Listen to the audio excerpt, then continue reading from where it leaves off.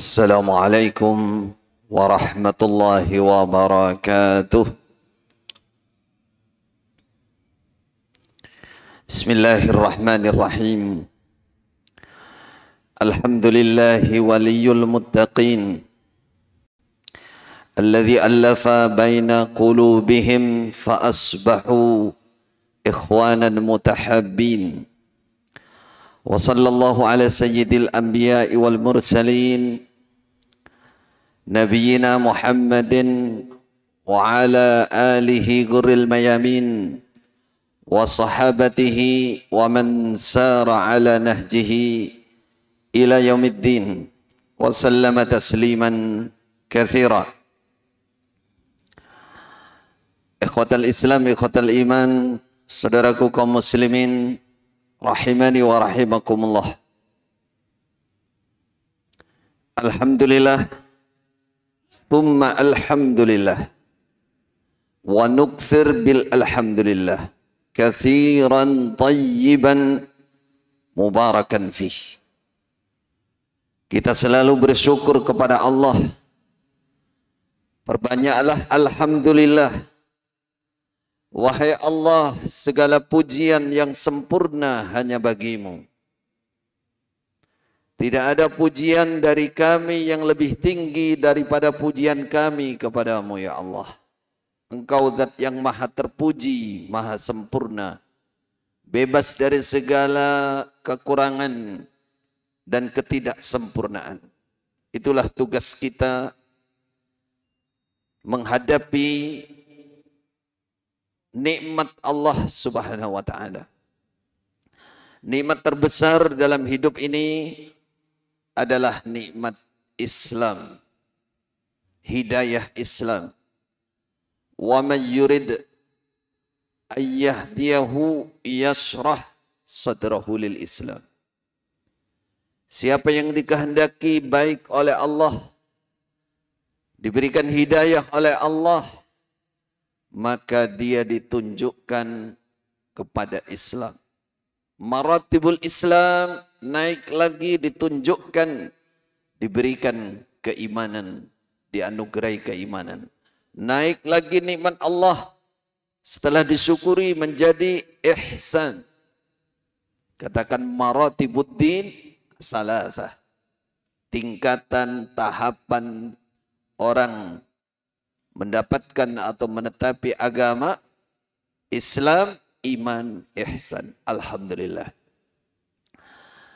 Nikmat Islam, iman, ihsan di akhir zaman ini akan terkontaminasi. Akan ada dukhan. Wa ma dakhanuhu ya Rasulullah. Di zaman akhir, di zaman fitnah, Islam, iman, ihsan, banyak orang memahami dan banyak orang sudah masuk ke level itu, tapi kita harus ekstra hati-hati karena akan ada namanya dakhanu. Dakhan itu asap yang akan mengotori. Rasulullah mengingatkan, wa ma dakhanuhu ya Rasulullah. Apa di antara ciri-ciri bukti bahwa zaman fitnah itu akan ada gangguan? Du'atun, kata Rasulullah, akan muncul da'i-da'i. Yad'una ila abwabi jahannam. Atau kama qala Rasulullah sallallahu alaihi wasallam. Mereka sebenarnya berdakwahnya, intinya, hasil akhirnya, wahasiluhu, justru mengajak ke neraka jahannam. Wal'iyadzubillah. Wal'iyadzubillah. Maka perlu kita cermati, ada nikmat lagi yang sangat agung yang akan menyelamatkan kita dari asap kotoran ini. Apa itu? Nikmat tauhid. Allah mengajarkan, memberikan kemudahan kita memahami yang namanya tauhid. Sehingga kita bisa selamat dari ajakan kesyirikan. Allahu Akbar, di akhir zaman ini, da'i yang mengajak kepada kesyirikan? Ada. Kapan kita akan mengenal itu? Kalau kita mengenal tauhid. Maka bersyukurlah, itu nikmat besar dari Allah Subhanahu wa taala mengenal apa itu tauhid. Sehingga ketika kita mendengarkan ceramah, ajakan ya, yang dikemas seakan-akan berbau agama, kita tidak tertipu karena kita sudah memahami. Bersyukurlah ketika kita paham itu. Yang kedua, saudara, kita paham dan cinta sunnah Rasulullah sallallahu alaihi wasallam. Ini nikmat besar di akhir zaman. Karena Rasulullah mengatakan, bada'al islamu ghariban wa sayaudu ghariban kama bada' fatuba lil ghuraba. Man hum ya Rasulullah? Islam ini bermula dengan asing. Orang menganggap tidak sama dengan umumnya orang saat itu. Wa sayaudu ghariban. Pada masanya nanti, kata Rasulullah, akan datang lagi dan dianggap asing lagi. Bahkan yang menganggap asing bukan non-muslim. Sama-sama muslim menganggap asing. Apa kata Rasulullah? Fatuba lil ghuraba. Sungguh keberuntungan yang luar biasa bagi orang-orang yang dianggap asing. Asing itu bahasa Jawa nyeleneh, nyatu, ndak umum, gharib. Sahabat bertanya, siapa mereka wahai Rasul? Rasulullah menjawab, alladzina yumassikuna bisunnati hina tutfa. Dalam sebagian riwayat, orang-orang yang yumassikun, berpegang teguh, kokoh, cinta, mendahulukan, mengutamakan sunnah Rasulullah sallallahu alaihi wasallam ketika sunnah itu dimatikan. Allahu Akbar, betapa banyaknya dai-dai yang ajakannya kelihatannya kepada Islam tapi tidak fokus kepada sunnah. Bahkan cenderung orang yang diajak ngeblok, menguatkan, memperbanyak sebuah golongan. Sehingga timbul namanya asabiyah, hizbiyah, bahkan firqah yang dilarang oleh Allah dan dilarang oleh Rasulullah sallallahu alaihi wasallam. Laisa minna man yad'u ila asabiyah. Laisa minna man mata ala asabiyah.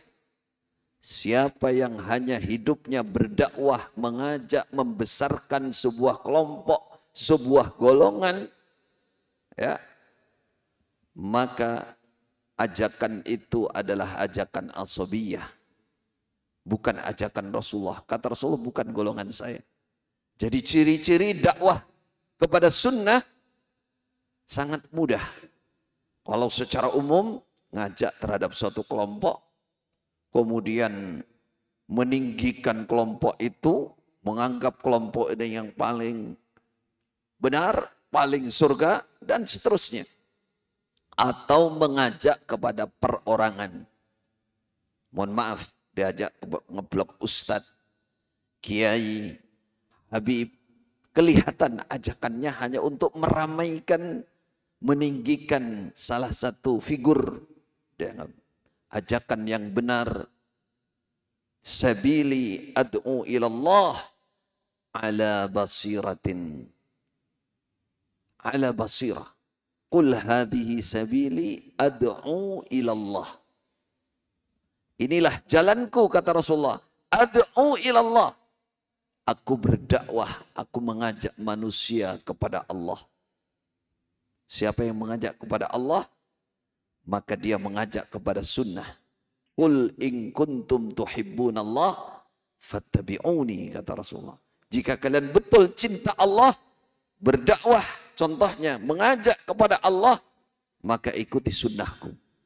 Saudara, saya katakan Tidak semua oleh Allah diberikan nikmat, hatinya bisa longgar, bisa menerima, ridho, senang ketika diajak berpindah kepada sunnah Rasulullah sallallahu alaihi wasallam. Banyak hal yang menjadi penghambatnya, menjadi penghalangnya. Yang banyak itu al-jahlu. Al-jahlu itu kebodohan, ketidakmengertian terhadap sunnah Nabi. Kok tidak mengerti? Jarang membuka. Yang dihafalkan bukan sunnah Nabi. Hari-harinya tidak membuka, tidak membaca. Ajakannya hanya satu, itu aja. Ada yang senang zikir, ajakannya zikir. Ada yang senang apa lagi? Dan sejenisnya. Tidak berpengetahuan banyak, ini mah al-jahlu. Ada yang sudah masuk, namun alatnya kurang lengkap. Alatnya, medianya kurang lengkap.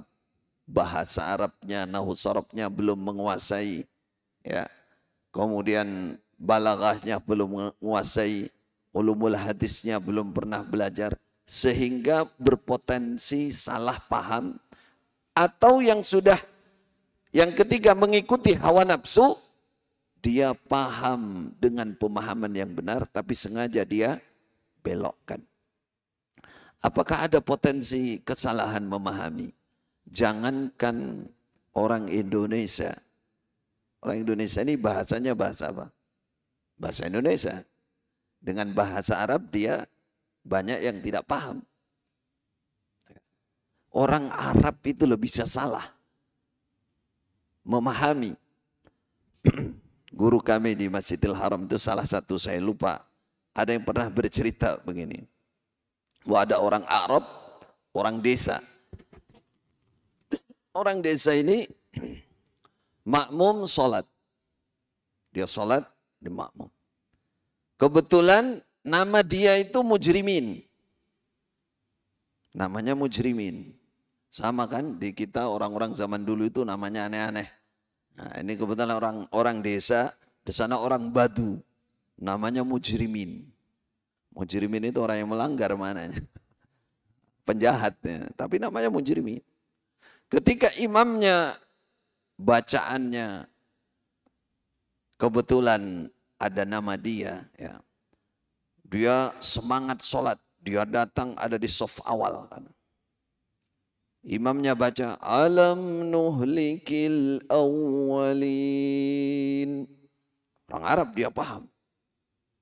Bukankah kami akan menghancurkan, membinasakan orang-orang yang di awal? Nah, ancaman itu dari Allah, paham dia. Kata dia, wah kena saya ini. Saya dari barisan awal, mundur dia. Ke barisan paling akhir. Imamnya lanjut bacaannya. Alam nuhlikil awwalina thumma nutbi'uhumul akhirin. Kemudian setelah yang awal saya rusak, saya binasakan, berikutnya adalah yang paling akhir. Dia bilang, waduh, di depan mau dihancurkan, di belakang juga hancur, kemana ini? Ditutup imamnya, kadzalika naf'alu bil mujrimin. Nama saya disebut, berarti yang mujrimin kayak saya dihancurkan, lari dia nggak jadi sholat. Itu contohnya apa? Contohnya cerita orang salah paham. Wong Arab itu. Apa wong Arab? Orang Arab, apalagi kita. Maka kita bersyukur kepada Allah Subhanahu wa taala, di mana Allah telah memberikan jalan kemudahan bagi kita untuk memahami agama dengan benar. Saudaraku yang dirahmati oleh Allah, akramanillahu wa iyyakum bil ilmin nafi' wal amalis salih wad da'wati ila Allah. Kita akan sedikit membahas tentang bagaimana indahnya persaudaraan dalam Islam. Sering kita mengatakan atau sering kita dengar bahwa kita sebagai Muslim adalah bersaudara. Bersaudara. Apa keindahannya? Apa keagungannya yang membuat kita memaksa diri, melatih untuk menjadi saudara lahir dan batin, sehidup semati, fid dunya wal akhirah, insyaallah, sampai di hadapan Allah, sampai dalam rahmat Allah dan surga Allah. Saudaraku yang dirahmati oleh Allah, yang pertama, kenapa persaudaraan dalam Islam itu ada nilai keindahannya, kecantikannya, keagungannya, dan sangat berharga. Yang pertama, karena yang mempersaudarakan kita sebagai umat Islam, sebagai orang iman adalah Allah Subhanahu wa ta'ala. Allah berfirman, "Wadhkuru ni'matallah 'alaikum idh kuntum a'daan fa'allafa baina qulubikum fa asbahtum bi ni'matihi ikhwana." Wahai orang Islam, wahai orang iman, ingatlah nikmat Allah alaikum. Idh kuntum a'daan. Ketika itu, idh dharfun lima madha minaz zaman. Ketika itu sebelum kamu Islam. A'daan, beberapa musuh. Kalian bermusuh-musuhan. Hidupnya tidak pernah menyatu, tidak pernah merasa bahwa kalian adalah saudara. Fa'allafa baina qulubikum. Lalu Allah melemaskan, mengumpulkan, mensinkronkan, menyamakan visi misi, disamakan kan antara kalian umat Islam. Fa asbahtum bi ni'matihi ikhwana. Maka jadilah kalian karena nikmat Allah itu orang-orang yang bersaudara. Jadi setelah kita mendapatkan hidayah Islam ini, benih persaudaraan itu sudah diletakkan oleh Allah di dalam hati kita. Jika ada seorang muslim tidak bisa bersaudara dengan sesama muslim, ini ada hal ini, ada penghambatnya, ada kalanya hawa nafsu, berarti dia merusak persaudaraan yang sudah ditanamkan oleh Allah di dalam hati dia. Karena Allah menyatakan, fa'allafa baina qulubihim. Lau anfaqta ma fil ardi jami'an ma allafta baina qulubihim walakinna Allah allafa bainahum. Muhammad, seandainya kamu bagikan dunia dan isinya, harta yang ada untuk menyatukan mereka, tidak akan pernah bisa, Muhammad. Tidak akan pernah bisa. Kata teman-teman, nah, kalau dekat pilihan begini bisa. Kasih sana, kasih sini bisa. Tapi itu sementara. Itu persaudaraan sebentar saja. Hakikinya persaudaraan itu mesti dari Allah. Allah yang menyatukan. Jadi nikmat besar persaudaraan Islam ini, yang pertama yang mempersaudarakan itu adalah Allah Subhanahu wa ta'ala. Yang kedua, Rasulullah sallallahu alaihi wasallam juga demikian. Contoh beliau, akha bainal muhajirin wal ansar. Inilah yang dilakukan oleh para a'immah, orang-orang yang punya pemangku jabatan dalam Islam, bagaimana mengusahakan agar persaudaraan itu tidak lepas, semakin rapat, semakin kuat. Semakin kuat. Rasulullah sallallahu alaihi wasallam ketika berada di Madinah, yang beliau lakukan, beliau persaudarakan itu antara orang muhajir dan orang ansor. Sampai satu persatu dari muhajir dan ansor juga dipersaudarakan. Nanti dipilihkan oleh Rasulullah sallallahu alaihi wasallam sebagai contoh siapa? Abdurrahman bin Auf, seorang tokoh Quraisy, saudagar kaya, orang kaya, hijrah ke Madinah meninggalkan segalanya. Sampai di Madinah dipersaudarakan secara khusus oleh Rasulullah dengan Sa'ad. Sa'ad ini tokoh Madinah, orang kaya di Madinah. Karena telah dipersaudarakan oleh Rasulullah, yang pertama mereka sama-sama muslim, bersaudara, yang ditentukan oleh Allah, diwajibkan oleh Allah. Yang kedua, Rasulullah memberikan contoh lagi, diperdekatkan lagi. Apa yang dilakukan oleh para sahabat saat itu? Mereka merasa bahwa itu tidak hanya sekedar perintah dari Allah, tidak hanya sekedar kewajiban yang dikhususkan oleh Rasulullah, tapi merasa ini adalah keperluan, kemaslahatan kehidupan mereka dunia dan akhirat. Akhirnya apa yang terjadi?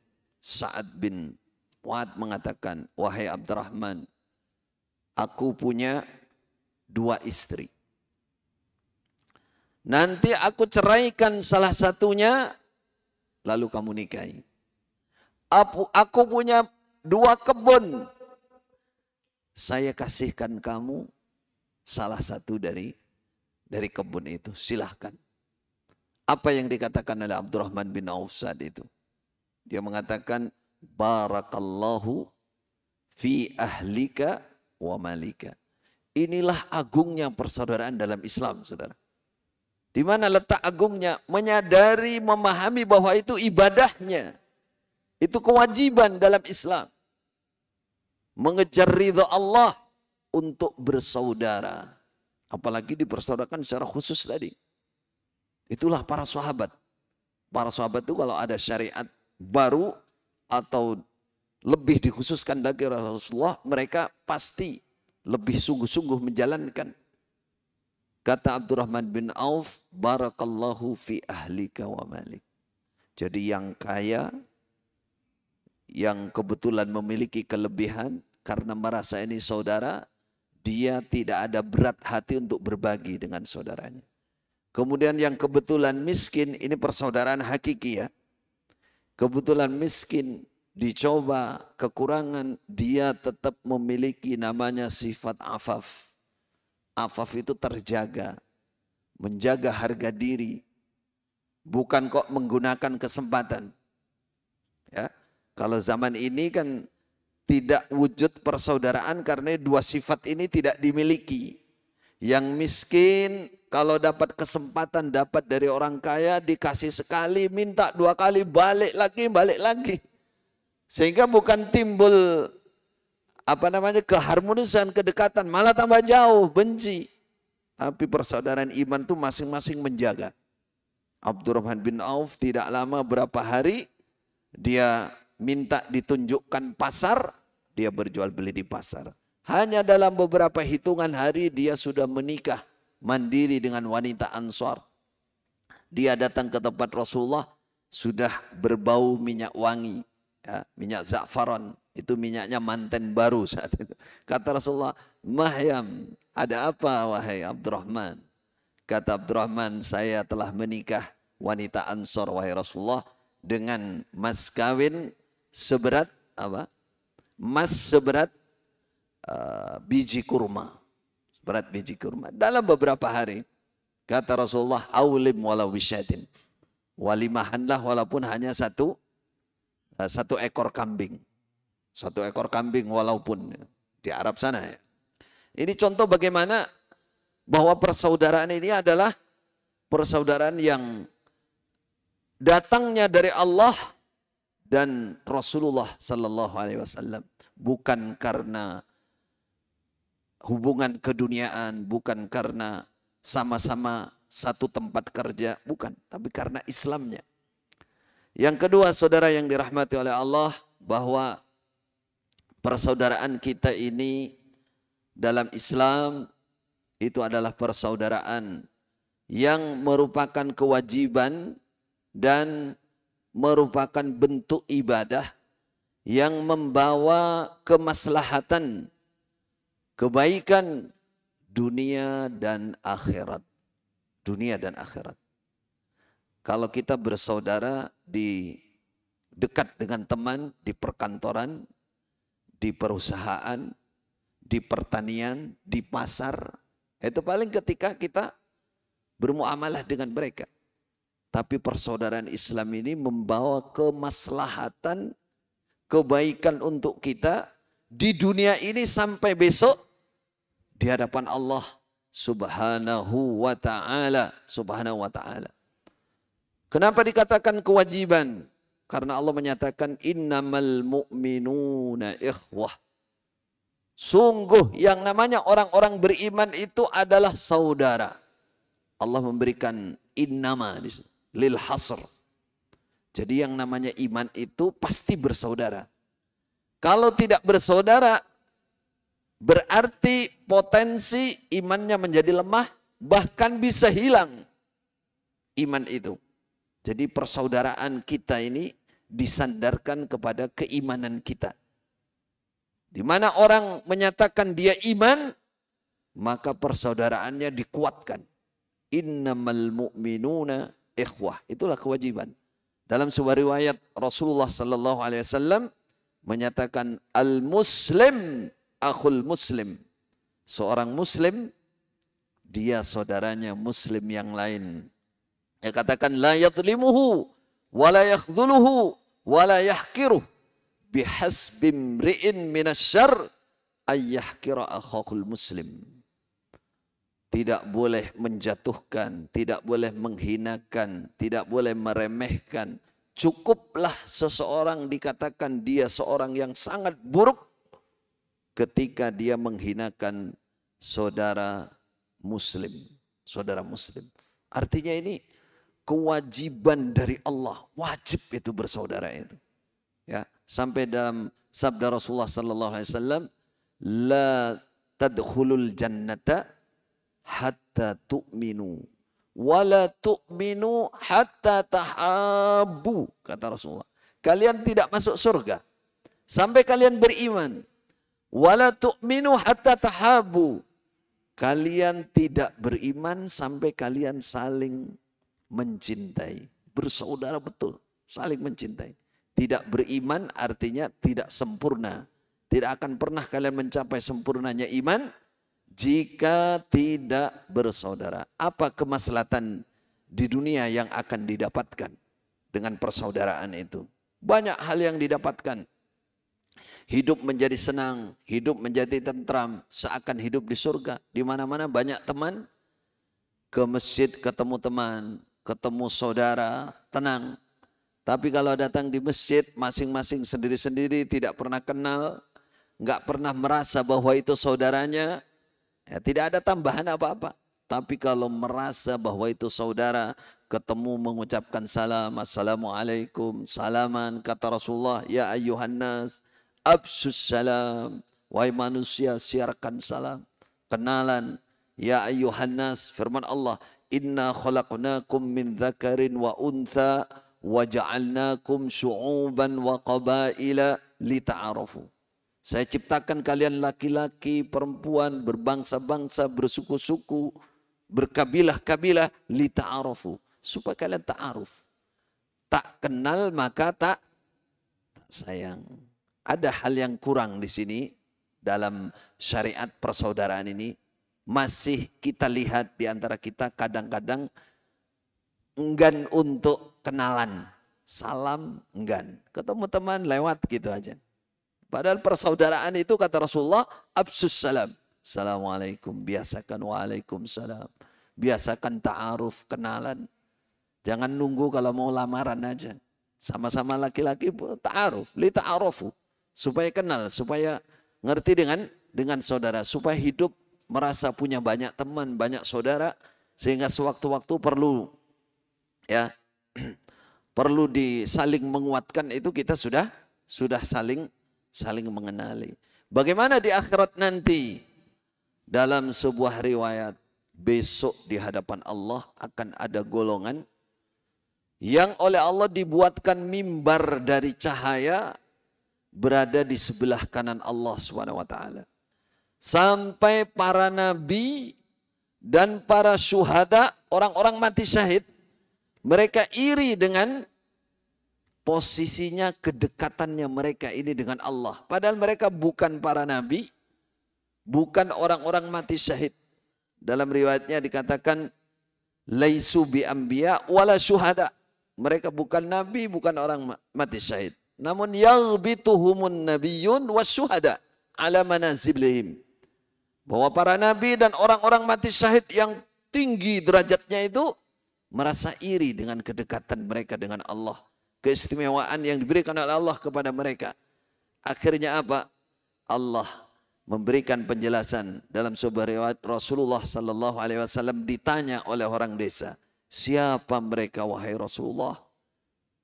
Rasulullah menjawab, mereka itu adalah orang-orang, ya, walaupun bukan para nabi, walaupun bukan para syuhada, mereka itu adalah orang yang asalnya berada dari bermacam-macam golongan, bermacam-macam tempat. Lam tazil bainahum arhamun mutaqaribah. Mereka juga bukan family, bukan arham, namun tahabbu fillahi wa tasafu. Mereka orang-orang yang saling menyayangi, saling dekat karena Allah, di dalam urusan Allah. Berarti ini ibadah yang luar biasa, saudara. Maka kita syukuri persaudaraan Islam ini dengan cara kita meningkatkan, melatih diri untuk menjadi orang-orang yang dekat, terutama sesama yang sudah mencintai sunnah, sudah semangat beribadah sesuai dengan sunnah Rasulullah sallallahu alaihi wasallam. Maka hal ini harus kita jaga. Setelah kita tingkatkan, kita syukuri. Yang pertama, dijaga keikhlasan kita di dalam bersaudara sesama muslim, sesama ikhwan. Apalagi yang sudah kokoh di atas sunnah, insya Allah lebih cinta sunnah daripada yang lain, kokohkan persaudaraan. Karena ini ibadah, kelihatannya bukan sholat, bukan puasa, tapi ini adalah ibadah ghairu mahdhah yang bisa mengantarkan kita ke derajat yang tinggi. Bahkan besok hari kiamat disebutkan ada sab'atun yudhilluhumullah yawma la dhilla illa dhilluh. Akan ada 7 golongan yang pada hari kiamat akan mendapatkan naungan di bawah naungan Allah Subhanahu wa ta'ala, naungan khusus. Dalam sebagian riwayat di bawah arasnya Allah. Di mana kala itu manusia tidak ada batas antara matahari dengan mereka. Jaraknya matahari dekat dan itu bukan sehari 2 hari. Fi yaumin kana miqdaruhu khamsina alfasana, 50.000 tahun. Khamsina alfasana hari kiamat. Matahari sangat dekat, dalam riwayat ada 1 mil. Dekat sekali matahari. Pada saat itu 7 golongan ini dinaungi oleh Allah dalam naungan yang khusus. Siapa di antara mereka 7 ini? Dikatakan warajulani tahabba fillah ijtama alaihi wa tafarraqa alaihi. 2 orang tahabba fillah yang saling mencintai fillah dalam urusan Allah, dalam sunnah Nabi, dalam agama Allah, dalam melancarkan agama Allah. Dia bersaudara dekat. Ijtama'a alaihi wa tafarraqa alaihi. Dia berkumpul bersama karena Allah, urusan Allah, dan dia berpisah juga dalam urusan Allah Subhanahu wa ta'ala.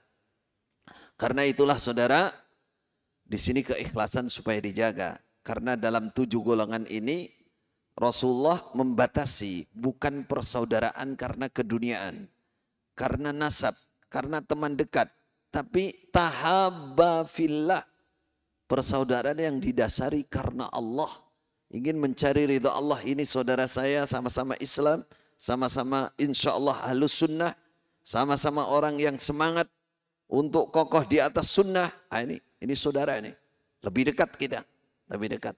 Itu supaya agar kita oleh Allah diberikan nikmat semakin kuat persaudaraan itu, dan bertahan kita menjadi saudara fid dunya wal akhirah insya Allah. Yang kedua, sifat-sifat yang membuat persaudaraan itu hilang, maka kita hilangkan. Milikilah sifat yang bisa menguatkan persaudaraan. Apa di antaranya? Wal kadhiminal ghaidha wal 'afina 'anil nas. Penghancur persaudaraan itu saudara, kalau orang suka emosi, sedikit-sedikit marah. Kenal sekali marahnya 2 kali, udah habis itu nggak ingin bertemu lagi. Orang iman harus memiliki yang namanya sabiqun bil khairat. Orang yang mendahului kebaikan di antara sifatnya adalah wal kadhiminal ghaidh. Pandai meredam marah. Lalu wal afina anin nas. Dia simpan kemarahan, dia hilangkan, lalu memaafkan manusia yang lain. Memaafkan saudaranya. Dengan itu persaudaraan itu akan terus langgeng katanya, mudawamah, istiqamah. Kalau kita memiliki sifat tersebut. Rasulullah adalah contoh utama dalam hal ini. Beliau tidak pernah membalas perbuatan buruk siapapun kepada diri beliau.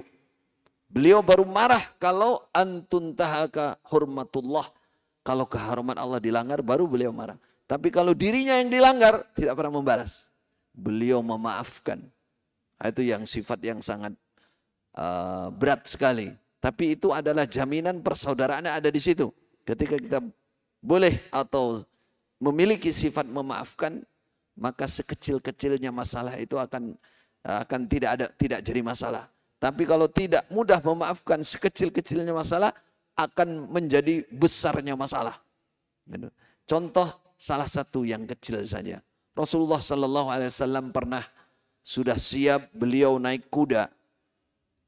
Ketika naik kuda sudah hampir berangkat, ada orang desa atau orang Badu, dia tarik baju Nabi. Ya, dia tarik baju Nabi yang atas selendang ini sampai Nabi hampir jatuh dan berbekas merah. Nabi itu kulitnya putih. Ya, kalau ditarik warnanya merah. Kalau hitam ditarik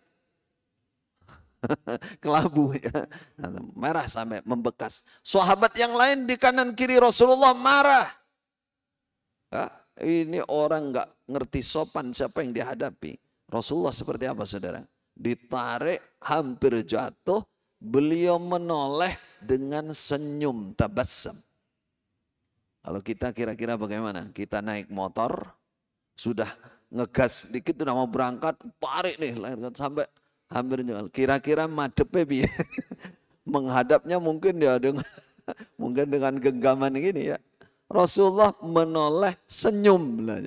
Setelah senyum kata Rasulullah, kalau sekarang arep lapo nih, mau apa, ada apa, madza turid, apa yang kamu inginkan. Kata orang desa ini katakan, saya minta aku njaluk. Asalu ma indak katanya. Aku minta apa yang ada di sisi kamu. Kamu kan orang kaya kan? Kamu kan punya, kasih saya kan. Minta sambil narik gitu. Kan gak sopan sekali itu. Bagaimana Rasulullah menoleh senyum. Lalu beliau memerintahkan Bilal atau yang lain, ambilkan itu, kasih dia. Sudah dikasih, masih dipegang tuh. Baju atas Nabi itu masih dicekali sama orang desa ini. Kata Nabi, bagaimana? Sudah apa belum? Sudah kan? Ya sudah, kalau sudah lepaskan baju saya. Saya mau berangkat. Senyum kita aja. Sekarang kita ambil begini, bagaimana Rasulullah tidak punya rasa marah. Ini yang katakan wal kadhiminal ghaidha wal afina 'anil nas. Bagaimana kira-kira kita bisa memaafkan? Para ulama mengatakan dalam cerita ini ya, pahamilah, hadapilah orang sesuai dengan kondisi orang itu. Kamu lihat karakter orang itu dari mana asalnya, kalau sekarang tingkat pendidikannya seperti apa. Kalau orang desa memang seperti itu biasa-biasa saja. Gitu loh. Narik baju dianggap biasa orang desa zaman dulu. Kalau sekarang malah orang kota ya. Orang desa yang sopan. Zaman dulu begitu. Maka kita miliki sifat ini sebagai keutamaan bagi kita untuk mempertahankan, menguatkan persaudaraan. Mudah meredam rasa marah dan mudah memaafkan manusia yang lain. Yang berikutnya saudara, tenggang rasa. Dikatakan tenggang rasa, menjaga perasaan. Ini tidak semua orang dapat melakukan ini. Nek coro Jawa itu tanggap ing sasmito katanya. Jadi dengan teman, dengan orang lain itu tanggap, ngerti, tenggang rasa. Itulah yang membuat persaudaraan kita menjadi kuat. Menjadi kuat. Kalau kita pernah mendengar ada orang dari desa pula masuk ke Madinah, masuk masjid, di dalam masjid kencing. Nah, coba orang datang masuk masjid, pinggiran kencing. Sahabat yang melihat kata Anas saat itu berteriak, mah, bahasa Arab. Ojo, jangan. Kata Rasulullah, da'u, biarkan. Sampai selesai. Jaga dia supaya tidak malu, supaya tidak kaget. Dia orang Islam, walaupun dia dari desa. Orang desa dulu nggak punya kamar mandi, jadi dia kencing di mana-mana. Karena dulu memang masjidnya nggak begitu jauh dengan luar masjid ya, sama-sama pasirnya. Terus menjaga perasaan Rasulullah, biarkan dia orang desa, dia belum mengerti di sini. Da'u, biarkan. Akhirnya dibiarkan.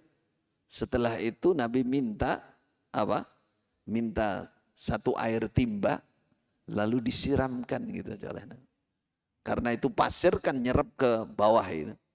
Kalau bukan pasir di sini serapnya ke atas sampai hilang. Setelah itu dipanggillah orang desa itu, apa yang dikatakan oleh Rasulullah dengan lemah lembut, menjaga perasaan. Beliau mengatakan, inna hadhil masajid la tasluhu li syai'in min hadzal baul walal qadr innama hiya li dzikrillah wassalah wa qiraatil Quran. Kama qala Rasulullah sallallahu alaihi wasallam.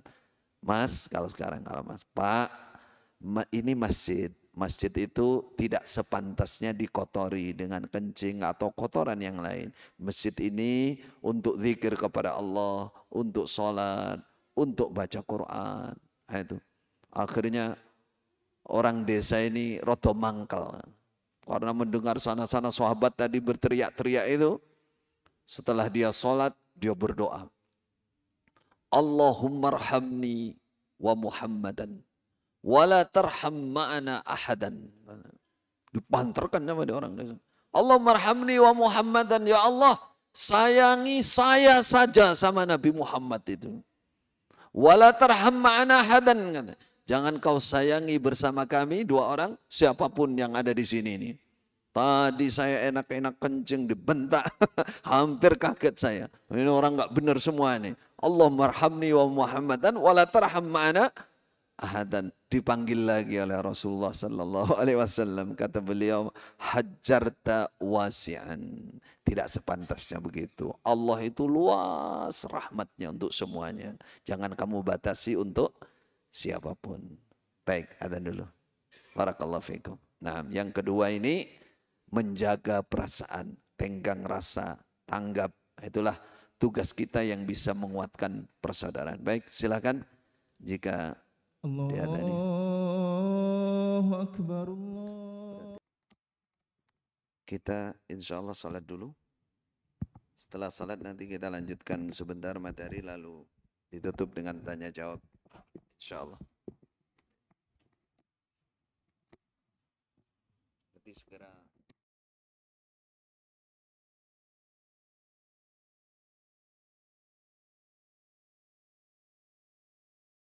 Alhamdulillahi Rabbil Alamin. Assalatu wassalamu ala ashrafil anbiya wal mursalin Nabiyina Muhammadin wa ala alihi wa sahbihi ajma'in. Barakallahu fikum. Kita sedang membahas tentang bagaimana agungnya atau indahnya persaudaraan dalam Islam.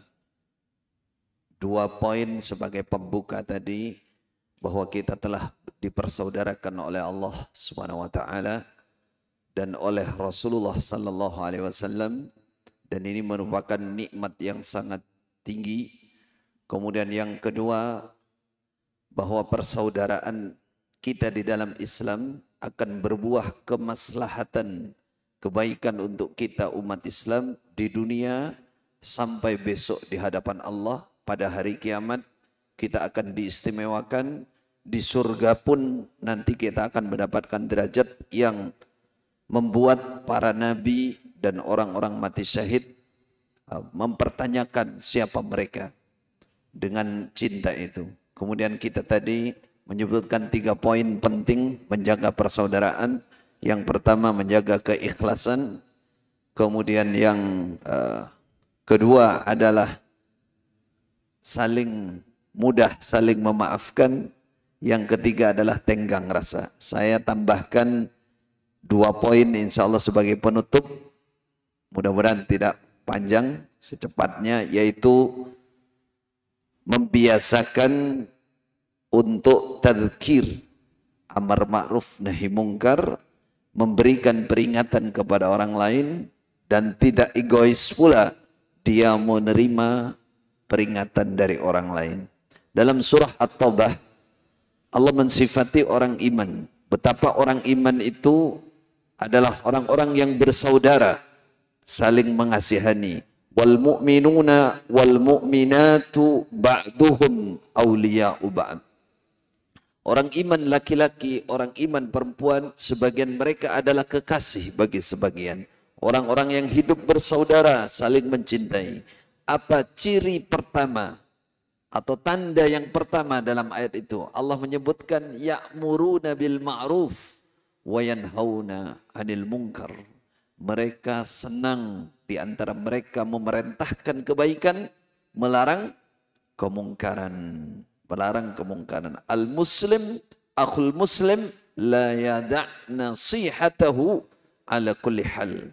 Orang Islam pembuktiannya bahwa dia bersaudara dengan Islam yang lain adalah mau memberikan nasihat, tadzkir, peringatan bagaimana, dan dia juga mau menerima nasihat. Ini dilakukan oleh para tokoh, ulama-ulama, ya, ahli ibadah, para salafus soleh sejak zaman dulu. Ketika melihat kemungkaran dilakukan oleh saudaranya, tidak pernah diam, mengingatkan dan mendoakan. Salah satu kejadian pada zaman Khalifah Umar.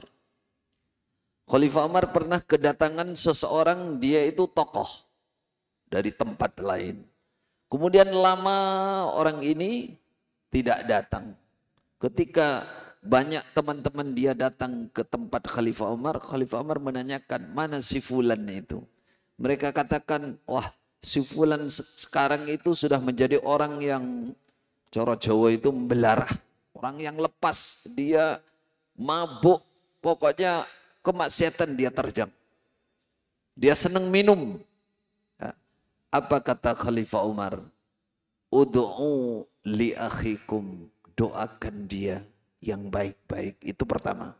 Doakan dia yang baik-baik, semoga Allah membuka hati dia sehingga dia bisa bertobat kepada Allah. Jadi itu yang pertama, persaudaraan, saudara. Kasihan melihat saudaranya dalam kemaksiatan, didoakan yang baik. Lalu Khalifah Umar minta kertas.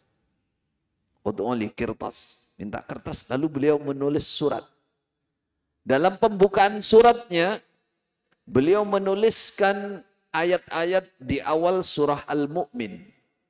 Alhamdulillahi ghafirid dhanbi wa qabilit taubi syadidil iqabi dzit tauli la ilaha illa huwa ilaihil masir. Ghafirid dhanbi, di situ disebutkan Allah itu mengampuni dosa. Wa qabilit taubi, Allah itu menerima taubat siapapun. Syadidil iqab, tapi kalau tidak mau kembali mohon ampun kepada Allah, Allah itu sangat berat siksanya. Dzitaul, Allah memiliki pertolongan yang panjang, keluasan untuk siapapun. Ketika orang ini menerima suratnya Khalifah Umar, ya, dia baca ulang-ulang surat itu, terutama pembukaannya ini. Ghafirid dzambi wa qabilit taubi syadidil iqab. Dia katakan, diulang-ulang sambil menangis. Aku telah diingatkan bahwa Rabbku, Tuhanku adalah zat yang maha menerima taubat, maha pengampun. Namun kalau tidak mau kembali kepadanya, maka siksanya sangat berat. Dia menangis baca ini peminum arak. Kemudian dia berhenti total meninggalkan araknya dan dia menjadi ahli ibadah. Tidak lama kemudian Khalifah Umar dikasih kabar, wahai Khalifah Umar, alhamdulillah dengan nasihat, dengan tadzkir, peringatan engkau lewat surat, dia berhenti total. Berhenti total. Apa kata Khalifah Umar? Hakadha if'alu li akhikum. Seperti inilah caranya ketika kamu melihat saudaramu melakukan kemaksiatan. Doakan dia, lalu nasihati dia. Ingatkan dia kepada Allah, dekatkan dia kepada Allah. Itulah sifat persaudaraan orang iman. Di sini agungnya persaudaraan itu. Yang terakhir saudara, masih banyak sebenarnya, kita ambil poin yang penting saja. Biasakanlah tolong menolong sesama orang iman. Reflekskan, gerakkan pemikiran kita, fisik kita, apalagi yang memerlukan pertolongan. Itulah persaudaraan dalam Islam. Pertolongan sesama umat Islam satu nilai pahalanya luar biasa. Karena itu perintah Allah. Wa ta'awanu 'alal birri wat taqwa wa la ta'awanu 'alal itsmi wal 'udwan. Salinglah kalian ta'awun dalam urusan ketakwaan dan kebaikan. Bahkan Rasulullah sallallahu alaihi wasallam beliau menjanjikan, wallahu fi 'aunil 'abdi ma kana al-'abdu fi 'auni akhihi.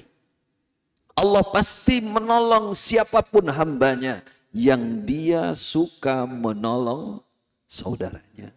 Biasakan saudara kita menolong orang lain, apalagi yang memang perlu pertolongan. Kadang kita itu berat,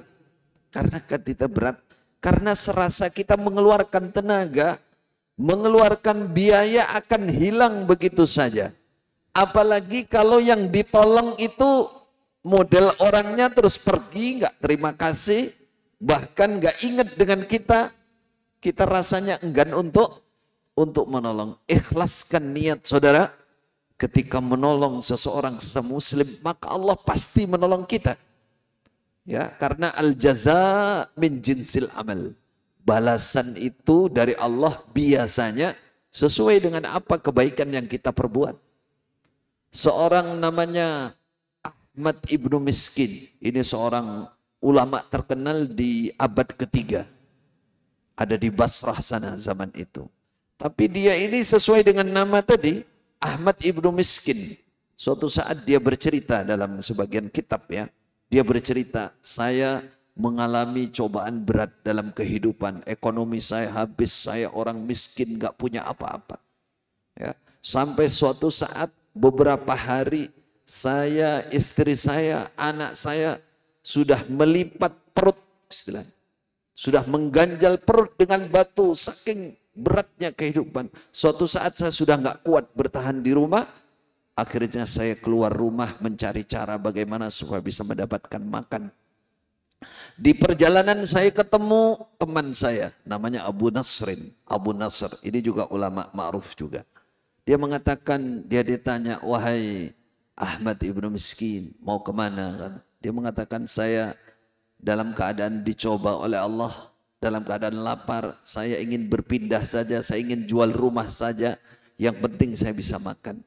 Kata Abu Nasrin, temannya itu, dia mengatakan, jangan, rumah jangan kamu jual. Sudah, ini saya ada roti 2 dan madu, kamu bawa. Mudah-mudahan Allah membuka jalan untuk kamu. Sudah, sabar dulu, kamu kembali ke rumah. Roti 2 dia bawa, saudara. Ahmad Ibnu Miskin ini. Dalam perjalanan pulang ini, ketemu ibu-ibu sudah tua, bawa anak 1. Sudah lemes jalannya. Dia ketemu Ahmad Ibnu Miskin, wahai Ustadz, wahai Syekh, saya adalah janda tua. Anak saya ini yatim. Kami sudah tidak makan berhari-hari. Tolong kami, bantu kami. Kata dia, Ahmad, ya Allah, cobaan datang.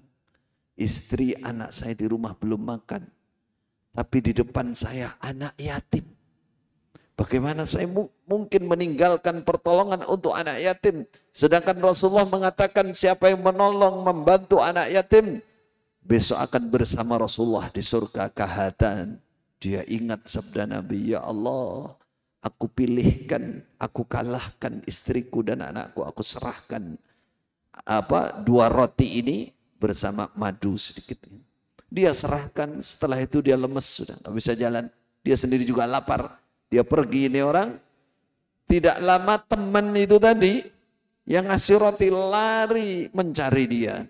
Ahmad, ya Ahmad, ya Ahmad, katanya. Dia duduk sudah lemes. Ahmad, absyir, absyir. Bergembiralah wahai Ahmad, bergembiralah. Kenapa kamu duduk situ? Kenapa nggak segera pulang? Di rumahmu sudah banyak makanan, di rumahmu sudah banyak harta, kamu orang kaya wahai Ahmad. Ada dia, ajib, ajib. Bagaimana mungkin? Bagaimana mungkin? Apa ceritanya? Akhirnya Ahmad ini buru-buru pulang. Ternyata di situ ketemu orang tua. Orang sudah tua, sudah putih semua. Dia mengatakan, aku ini teman bapak kamu.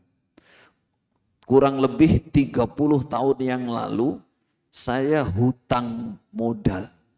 Saya punya hutang modal sama bapak kamu. Kemudian saya bangkrut usaha dan saya pergi ke India. Dari Basrah ke India.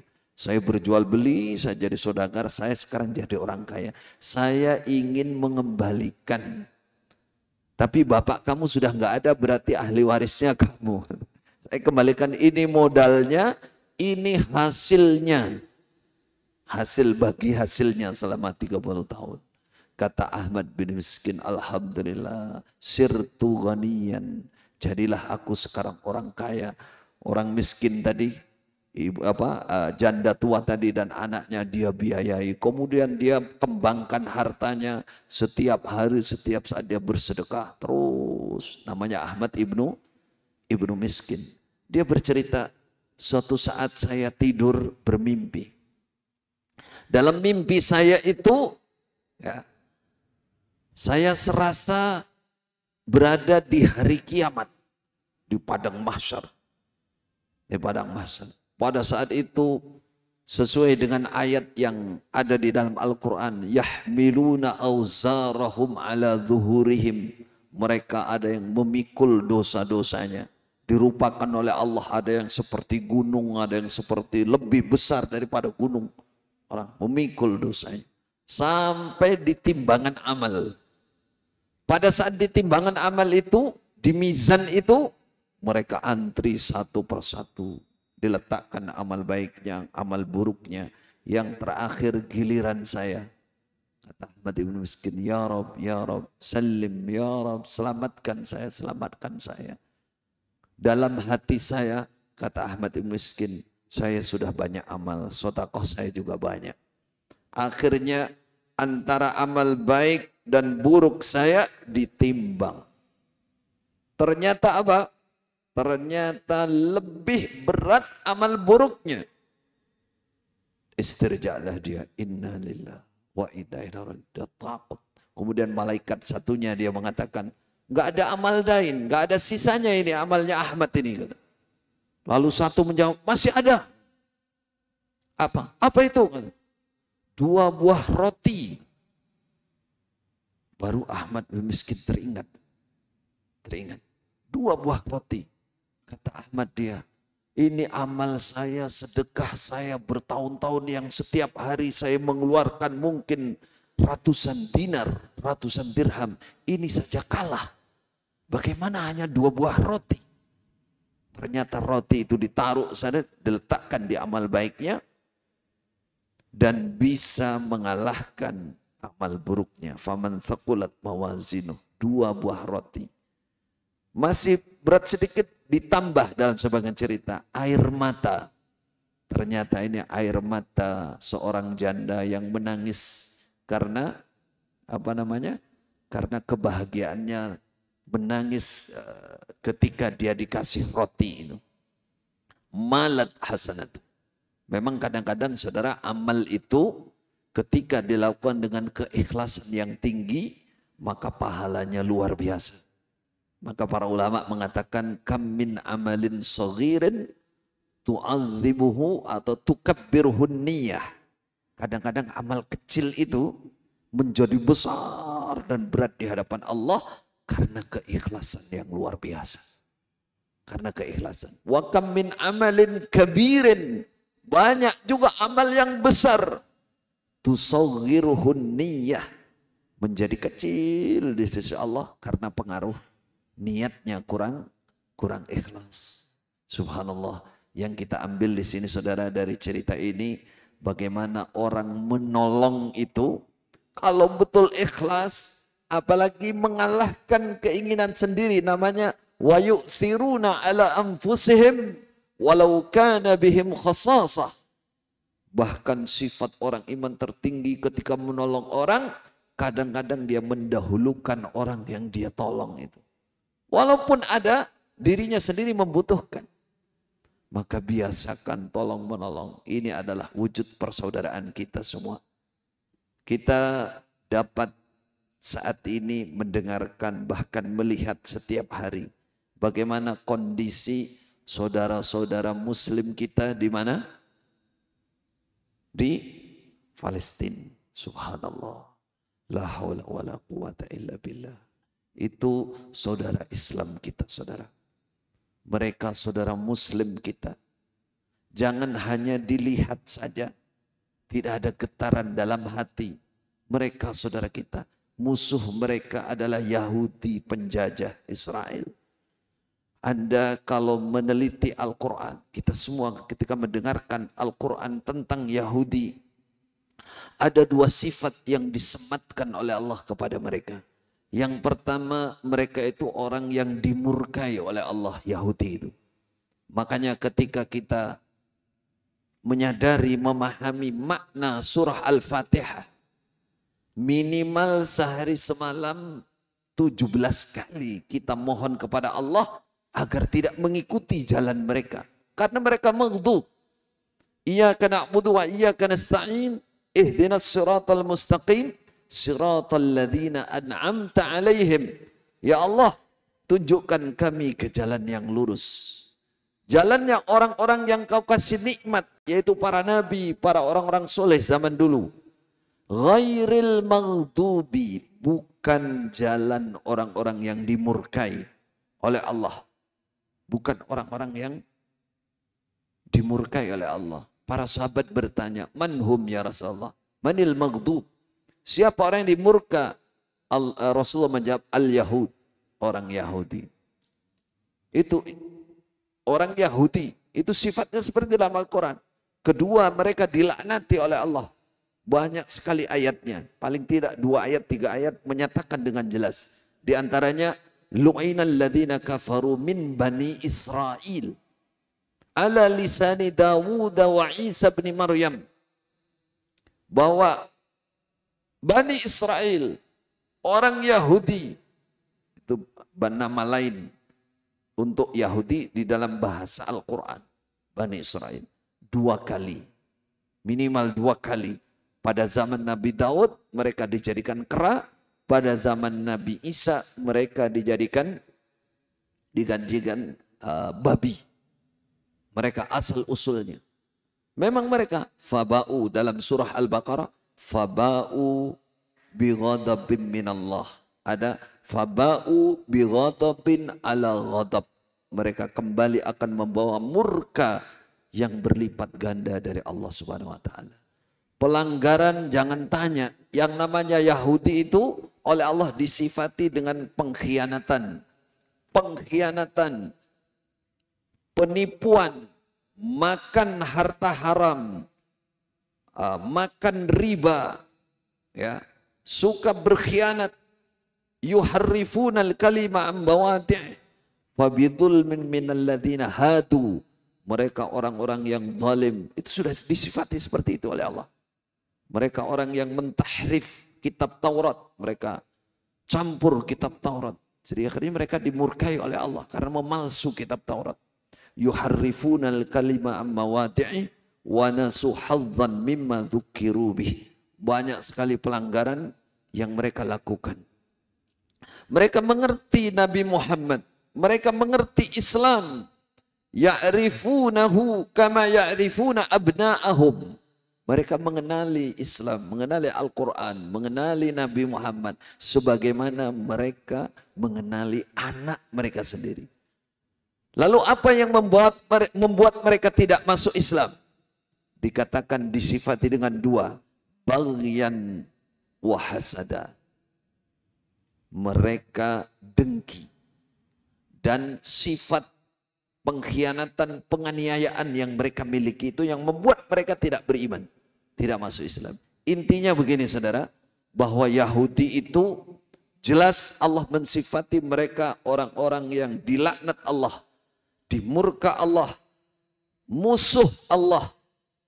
Anda pernah mendengar bagaimana mereka melecehkan? Mereka mengatakan wa qalatil yahudu yadullahi maghlulah. Dia mengatakan Allah itu innallaha fakir wa nahnu aghnia. Sombongnya luar biasa. Sombong amat orang Yahudi. Innallaha fakir. Allah itu fakir. Kata. Kami orang-orang kaya. Yadullahi maghlulah. Tangan Allah itu dibelenggu. Allah pelit. Mensifati dengan sifat kekufuran yang luar biasa, saudara. Mereka juga mengatakan waqalatil yahudu Uzairun ibnullah. Mereka pelaku kesyirikan yang terang-terangan. Mereka mengatakan Nabi Uzair itu adalah anaknya Allah. Wahum yatlunal kitab. Padahal mereka itu membaca kitab Taurat. Mereka tahu kebenaran. Mereka baca. Namun mereka robah, mereka tentang, mereka bantah, mereka buang kebenaran itu. Mereka meletakkan kitab wara'a zuhurihim ka'annahum la ya'lamun. Mereka meletakkan kitab Taurat di belakang punggung mereka. Tidak mereka jadikan pedoman, hanya pengakuan saja. Termasuk mereka mendirikan negara dengan sebutan Israel. Israel itu nama Nabi Yakub. Nama Nabi Yakub. Banu Israel itu keturunan Nabi Yakub. Apa maksud mereka kira-kira? Menisbatkan dirinya kepada Nabi Yakub. Namun tidak akan pernah sama. Nggak akan pernah diakui. Nggak akan pernah dibenarkan secara syariat. Kenapa? Karena Nabi Yakub itu orang Islam. Agamanya Islam, agamanya tauhid. Am kuntum syuhada idh hadara Yaqub al-maut. Yaqulu li banihi ma ta'buduna min ba'di qalu na'budu ilahaka wa ilaha abaika Ibrahim wa Ishaq wa Yaqub ilahan wahida wa nahnu lahu muslimun wa nahnu lahu muslimun. Nabi Yakub itu namanya Israel, nama lainnya. Nama itu berpesan kepada anak-anaknya ketika beliau mendekati kematian. Apa yang akan kalian sembah setelah saya mati nanti? Anaknya Banu Israel menyatakan kami akan menyembah Tuhan engkau, wahai Bapa, dan Tuhan Nabi Ishak, dan Tuhan Nabi Ishak, Nabi Ismail, dan Tuhan Nabi Ibrahim. Nabi Ibrahim itu punya anak Ishak, anak Ismail. Dari Ishak ini Yakub. Yakub ini yang Nabi Yakub ini yang namanya Israel. Penisbatan ini hanya sekedar pengakuan. Mereka orang-orang yang mengkufuri, mereka orang musyrik. Mereka yang membuat, merusak, memalsukan Taurat. Orang kafir, musyrik, penentang, maghdub, mal'un. Itu untuk Yahudi. Jelas itu musuh Allah. Perlu diingat, Allah sudah memastikan bahwa kaum yang paling benci dengan umat Islam adalah Yahudi. La tajidanna asyaddan nasi adawatan lilladzina amanul yahud. Allah menyatakan begitu. Kamu akan mendapati orang atau kaum yang paling benci kepada orang iman, orang Islam adalah Yahudi. Walan tarda ankal yahudu walan nasara hatta tattabi'a millatahum. Mereka tidak akan pernah berhenti, tidak akan pernah puas, akan menghancurkan Islam sampai kamu mengikuti agama mereka. Jadi walaupun berpura-pura baik awalnya, ya seperti ini. Yahudi itu sebenarnya awalnya untuk di Palestina mereka minoritas. Kemudian pada Perang Dunia ke-1 ya, kurang lebih tahun 1917, Inggris itu menguasai kawasan Palestina. Kemudian Inggris inilah yang memberikan ibaratnya tempat rumah nasional atau menjanjikan kemerdekaan untuk Yahudi minoritas saat itu. Sedikit. Tempat itu adalah milik Arab Muslim, orang Arab, orang Islam, Palestina itu. Mayoritas dan sedikit sahli Yahudi masih 1917 itu. Namun pada era 20 sampai 40 kurang lebih, Yahudi-Yahudi yang dari Eropa, dari mana-mana tempat mereka bergabung datang ke sana sehingga lebih banyak. Dan pada 1927 kalau nggak 47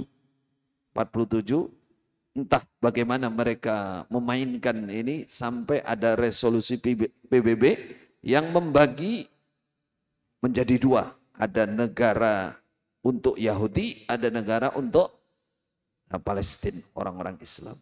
Sejak itulah dia bernafas lega sehingga 1 tahun kemudian sudah memproklamasikan negara Israel. Sejak itulah mereka membantai orang-orang Islam. 1 tahun kemudian penduduk Palestina 400 desa mereka hancurkan. Rakyatnya kurang lebih hampir 200.000 harus mengungsi ke tepi, termasuk di Gaza, ke Gaza. Sehingga hidupnya orang Palestina akhirnya berada di Gaza sampai sekarang. Mulai tahun itu 48 mereka harabu, mereka menjajah, mereka menghancurkan, mereka semuanya mereka hancur. Sampai sekarang saudara, sampai sekarang. Jadi kita ketika mendengarkan sejarah singkat ini, kita paham bahwa mereka adalah manusia terlaknat dan mereka musuh yang akan menghancurkan Islam. Maka kita tidak pernah diam. Mereka saudara kita di Palestina sekarang sedang dalam keadaan mereka kepung, mereka tahan, mereka matikan, mereka bom listrik yang sudah disiapkan itu, tenaga listrik itu, dalam kegelapan dan pasokan makanan juga mereka kepung. Maka tidak ada lain persaudaraan kita harus berbuat sesuatu. Jika mampu, kita bergabung dengan mereka. Tapi kebanyakan yang pasti tidak mampu. Karena ulil amri pemerintah kita juga tidak mengizinkan hal itu. Karena peperangan itu ada di tangan ulil amri. Pemerintah, ketika pemerintah tidak memberikan izin, maka kita tidak boleh bergerak. Al-imam junnah yuqatalu bih. Apa yang kira-kira bisa kita lakukan? Buktikan persaudaraan kita. Jika kita punya harta, punya finansial yang bisa dibantukan untuk mereka, kirimkan.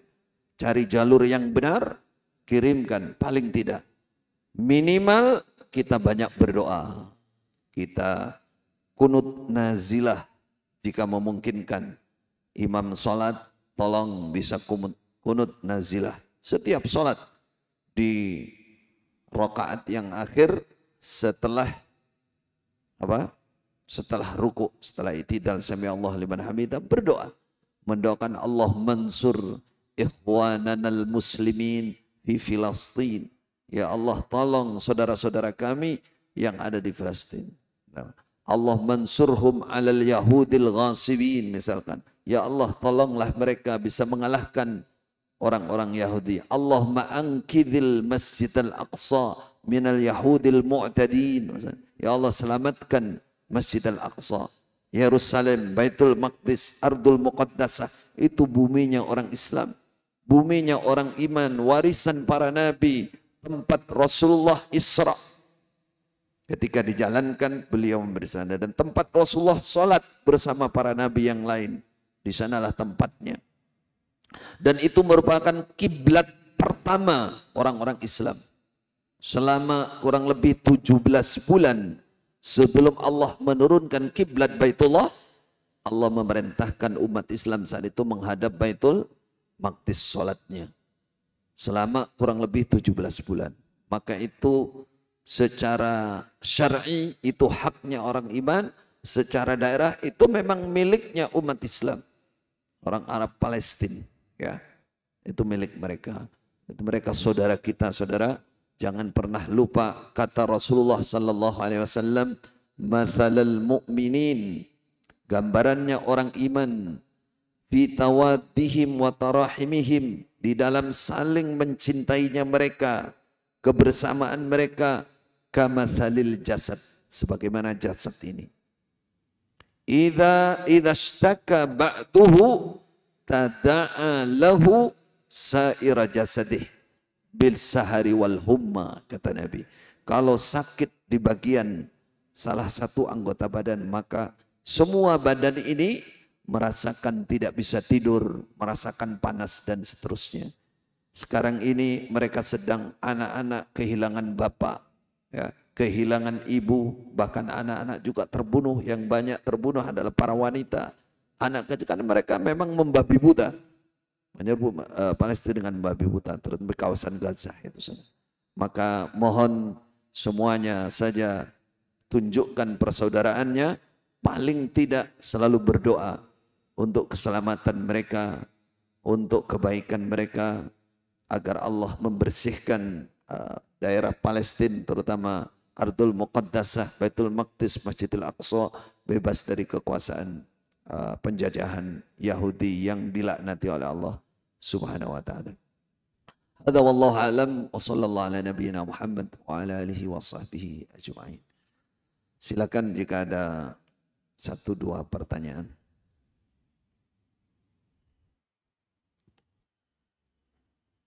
Monggo, jika ada pertanyaan bebas, barangkali mau nanyakan tentang asal muasal saya juga boleh, biar kenal.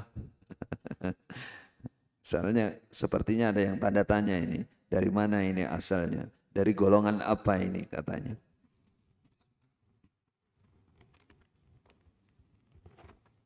Di mana-mana tempat saya kalau baru datang, semua orang yang biasanya melihat tayangan YouTube, ada yang menanyakan, Ustadz ini dari mana? Ustadz mana ini? Bahkan ada sebagian yang, wah ini jangan diterima ini. Ini Ustadz radikal ini. Ini Ustadz takfiri ini. Ada yang mengatakan begitu. Maka sepintas saya katakan, ya, biar nggak penasaran. Dulu saya memang kecil sampai kurang lebih umur 35 tahun berada di sebuah aliran sesat di Indonesia. Di Indonesia ini banyak aliran sesat, tapi ini termasuk yang paling sesat ini. Namanya Islam Jamaah Darul Hadis, ya, yang sekarang organisasinya besar. Salah satu organisasi dakwah Islam di negara kita ini, dakwah Islam. Tapi isinya itu adalah kesesatan, penyimpangan, terutama masalah akidah. Kenapa saya oleh Allah ditunjukkan jalan? Singkat cerita, saya orang pertama yang diutus oleh golongan Islam Jamaah untuk belajar ke Mekah. Kurang lebih pada tahun 2000. Saya di sana tahun 2000 sampai 2010, kurang lebih 10 tahun. Nah, ketika di Mekah itulah saya memahami bahwa aliran ini tidak benar. Salah satu penipuan yang mereka jalankan, walaupun karena mereka sekarang ada di generasi kedua, tinggal sedikit, generasi ketiga, mereka tidak mengerti bahwa mereka ditipu, bahwa mereka menipu umat. Mereka tidak paham itu. Di mana letak penipuannya? Mereka katakan bahwa ilmu yang mereka sebarkan di dalam golongan ini adalah ilmu yang paling murni yang diambil dari Mekah. Mereka sebut nama-nama syekh di Mekah, gurunya. Maka kita telusuri ketika saya ke sana, ketika saya diutus belajar ke sana, saya telusuri guru-guru itu. Yang namanya Syekh Umar Hamdan Al-Mihrasi, kemudian Syekh Abu Samah Abdul Zahir yang dianggap sebagai guru. Saya telusuri jejak beliau-beliau itu, ternyata guru-guru itu, syekh yang memang dikenal. Syekh Abu Samah Abdul Zahir itu Imam Masjidil Haram, khatib yang diambil dari Mesir, dari Al-Azhar Mesir, merupakan aktivis dari Ansarus Sunnah Mesir. Dibawa ke Mekah oleh Malik Abdul Aziz, dijadikan khatib Imam Masjidil Haram, lalu beliau mendirikan namanya Madrasah Darul Hadis. Madhabnya, fikihnya Hambali. Yang kedua itu Syekh Umar Hamdan Al-Mihrasi dari Jazair, Al-Jazair aslinya. Bapak ibunya hijrah ke Madinah, lalu beliau belajar di Madinah dan akhirnya menjadi pengajar hadis di Masjid Nabawi dan Masjidil Haram. Muhadditsul Haramain. Madhabnya Maliki, fikihnya Maliki. Jadi setelah saya telusuri, nama-nama guru Islam jamaah ini yang disebut ada. Dan mereka, terutama dua ini masyhur, ma'ruf. Muridnya banyak sekali. Yang namanya Syekh Umar Hamdan dari Indonesia itu ribuan. Bukan ribuan, bahkan ada yang tercatat di buku catatan biografinya Syekh Umar Hamdan. Di antaranya adalah Kiai Bakir Al-Jogjawi dan seterusnya. Yang saya katakan tadi ini adalah pengkhianatan, pembohongan publik ya. Ternyata ajaran yang ada di Islam jamaah sangat bertolak belakang dengan ajaran dua syekh ini. Dan murid-muridnya, saya tidak ketemu langsung dengan dua syekh, tapi saya ketemu cucu muridnya. Jadi penerusnya di Masjidil Haram itu ada. Seperti Syekh Umar Hamdan itu penerusnya namanya Syekh Abdul Fattah Husain Rawah. Kemudian bawahnya Syekh Abdul Fattah Husain Rawah itu guru kami. Guru kami di Ma'had Al-Haram namanya Syekh Abdul Aziz bin Abdullah Tambakti Al-Hashimi Al-Makki. Guru kami, guru hadis. Dan kami mendapatkan sanad yang lengkap dari Syekh Umar Hamdan, dari jalur Syekh Abdul Aziz ini. Yang saya katakan ajarannya tidak sama dengan di Mekah. Berarti ini pengkhianatan, ini kebohongan. Yang kedua, saudara, ya, mengatakan Mekah sesat. Sesat, tidak murni lagi.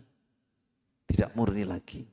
Jadi setelah katanya pendiri Islam jamaah ini pulang dari sana, kurang lebih tahun 40, maka di Mekah setelah itu tidak ada kemurnian. Ini juga kebohongan.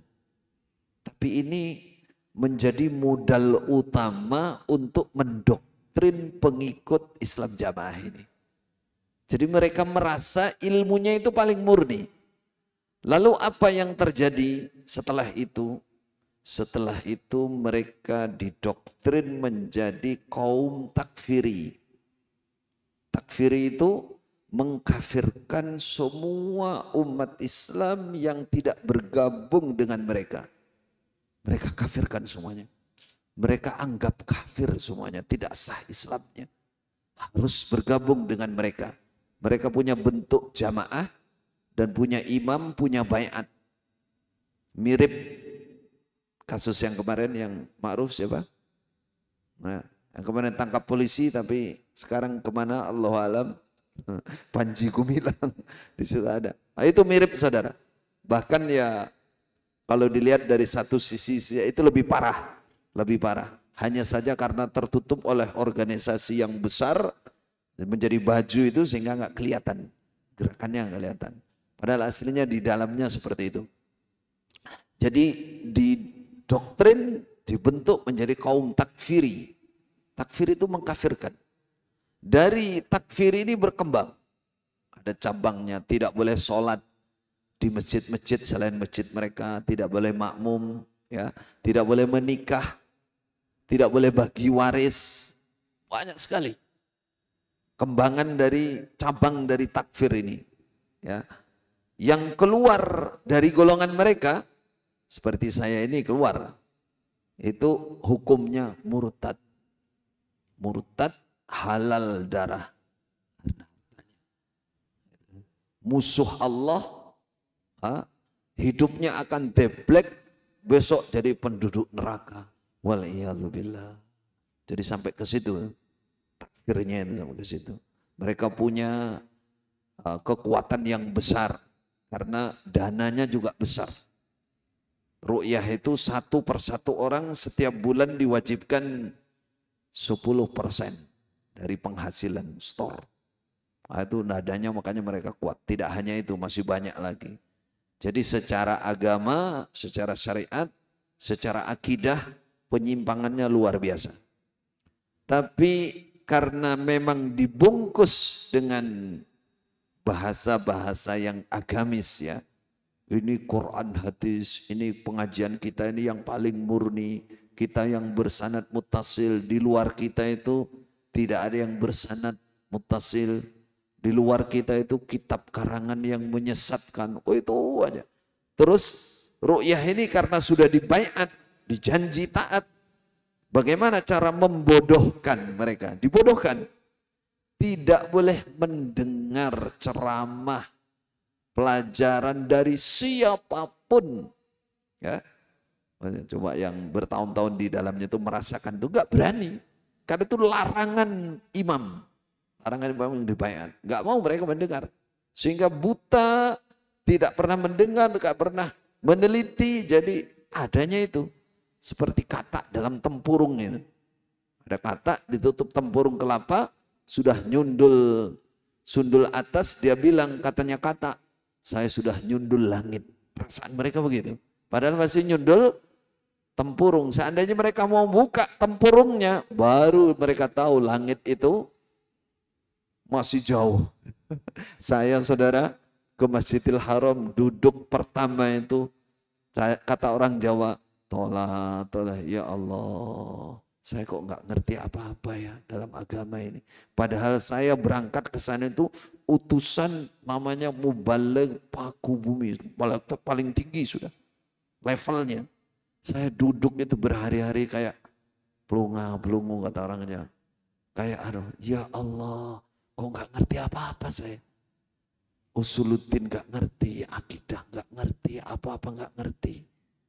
Ilmu hadis juga, ulumul hadis gak ngerti. Tafsir baru ini mendengar tafsir. Istilahnya begitu. Masya Allah. Jadi yang masuk ke sana itu rata-rata orang awam. Yang masuk ke sana. Orang awam agama.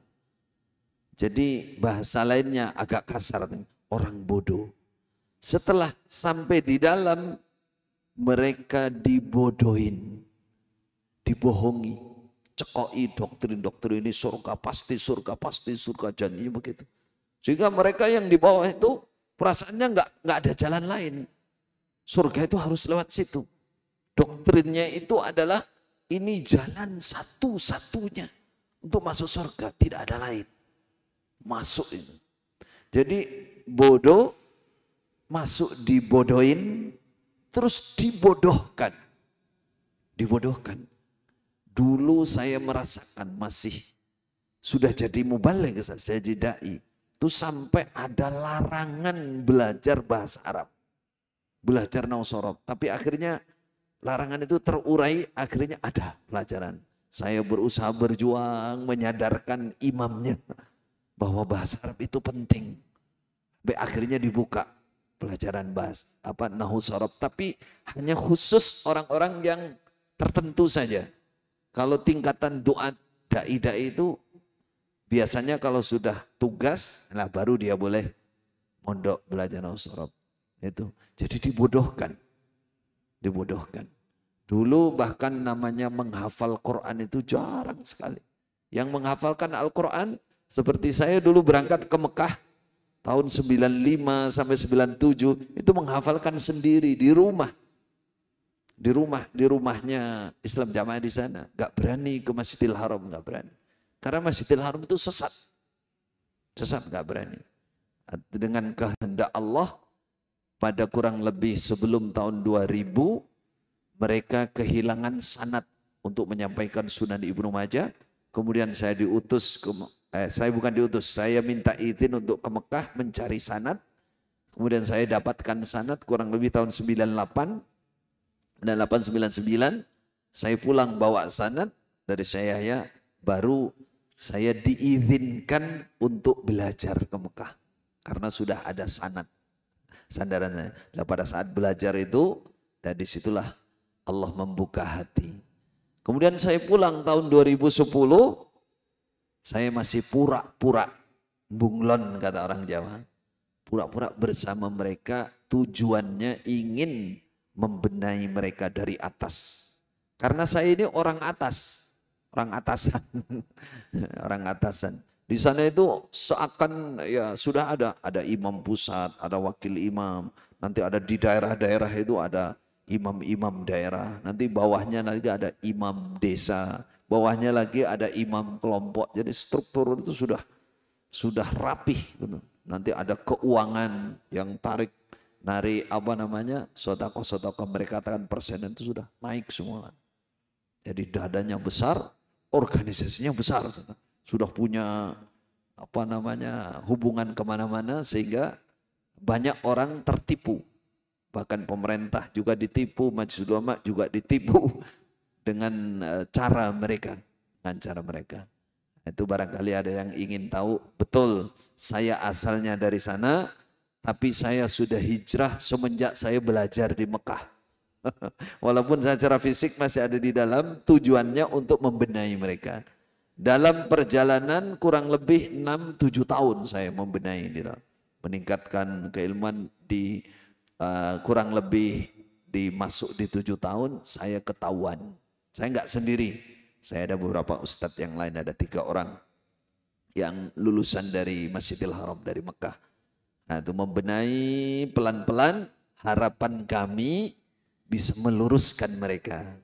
Sudah hilang takfirnya, hilang bentuk imam baiatnya dan seterusnya, itu maksudnya begitu. Kemudian mereka bisa apa namanya buka pintu yang luas, berjamaah dengan semua umat Islam, bersaudara dengan semuanya. Tujuannya begitu. Tapi di akhir qadarullah ya, mereka belum sempat apa namanya menyadari hal itu, lalu kebongkarlah rencana rahasia kami dan kami akhirnya keluar atau dikeluarkan. Menurut mereka dikeluarkan. Itu mungkin yang tadi bertanya, tolong minta dijelaskan ya singkat. Kalau jelaskan detail bisa sampai subuh ini. Baik, insyaallah barakallahu fikum. Tidak ada pertanyaan, kita tutup. Baik, berarti sudah dalam pertemuan ini mudah-mudahan Allah memberikan tambahan ilmu yang manfaat, menjadi tambahan ketakwaan, keimanan kita, dan berbuah pengamalan serta berbuah dakwah kepada tauhid. Barakallahu fikum. Wassalamualaikum warahmatullahi wabarakatuh.